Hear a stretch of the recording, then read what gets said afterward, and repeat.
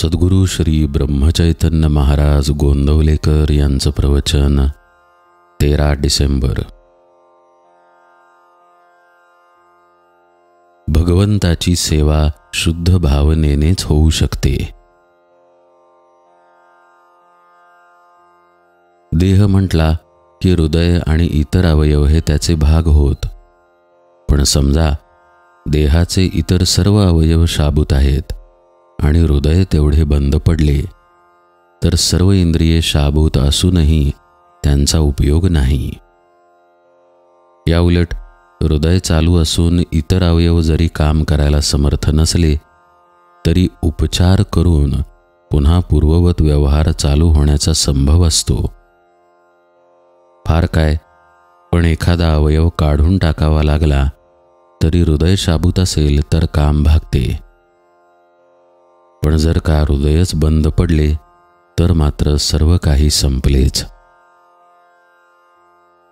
नाम हे हृदयासारखे आहे, इतर साधने ही बाकीच्या अवयवांसारखी आहेत, म्हणून नाम नसेल तर इतर साधने फलदायी होऊ शकणार नाहीत।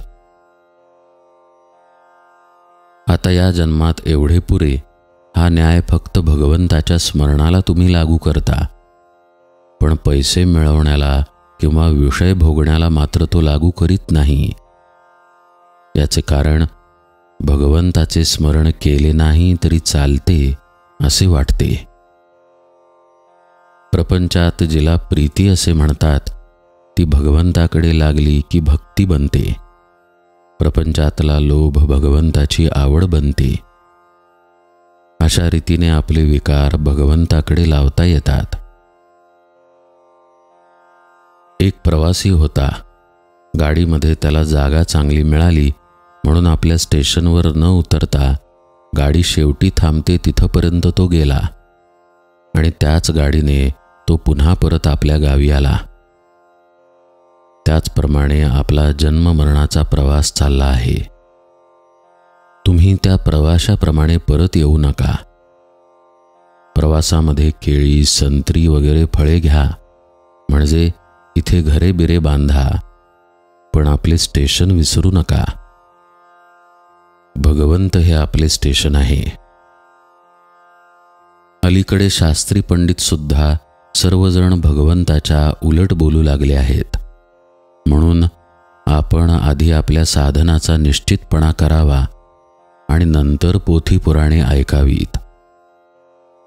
पुष्कळ लोक जे पोथी ऐकायला जातात ते लोकांनी बरे म्हणावे यासाठी, किंवा करमत नाही म्हणून, किंवा इतर उद्योग नाही म्हणून जातात। असे करणे योग्य नाही। पोथ्या पुराणांच्या मध्ये दोष नाही, पण सांगणारा आपले काहीतरी त्याच्यामध्ये घालून सांगतो आणि ते बाधक ठरते। कर्तव्याची जाणीव आणि भगवंताचे अखंड अनुसंधान हेच सर्व पोथ्यांचे सार आहे। आपण जसे करतो तसे बोलण्यासाठी आपण आपले बोलणे कमी केले पाहिजे। बोलणे कमी करायला मन गुंतवून ठेवणे जरूर आहे। भगवंताची सेवा शुद्ध भावनेनेच होऊ शकते। ह्या भावनेचे मूळ प्रत्येकाच्या हृदयात असते। हीच शुद्ध भावना आपल्याला तारते, मंदिर आणि समाधी तारीत नाही। देहाच्या सहवासाने जशी देहाशी एकरूपता झाली, त्याप्रमाणे भगवंताचा विसर पडू न देता त्याचे स्मरण सारखे ठेवले तर त्याच्याशी एकरूपता का होणार नाही।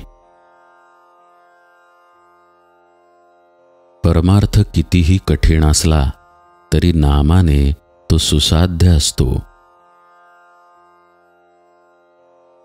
जानकी जीवन स्मरण जय जय राम।